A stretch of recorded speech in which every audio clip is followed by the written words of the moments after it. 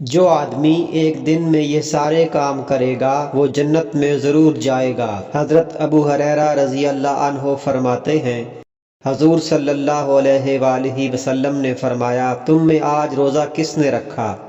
حضرت ابو بکر صدیق رضی اللہ عنہ نے فرمایا، میں نے۔ پھر آپ صلی اللہ علیہ وآلہ وسلم نے پوچھا، تم میں سے آج کس نے کسی بیمار کی عیادت کی؟ حضرت ابو بکر صدیق رضی اللہ عنہ نے فرمایا، میں نے۔ پھر حضور صلی اللہ علیہ وآلہ وسلم نے پوچھا، تم میں سے آج کون جنازہ میں شریک ہوا؟ حضرت ابو بکر رضی اللہ عنہ نے کہا، میں۔ پھر آپ صلی اللہ علیہ وآلہ وسلم نے پوچھا، آج کس نے کسی مسکین کو کھانا کھلایا ہے؟ حضرت ابو بکر صدیق رضی اللہ عنہ نے کہا، میں نے۔ حضور صلی اللہ علیہ وآلہ وسلم نے فرمایا، جو آدمی ایک دن میں یہ سارے کام کرے گا وہ جنت میں ضرور جائے گا۔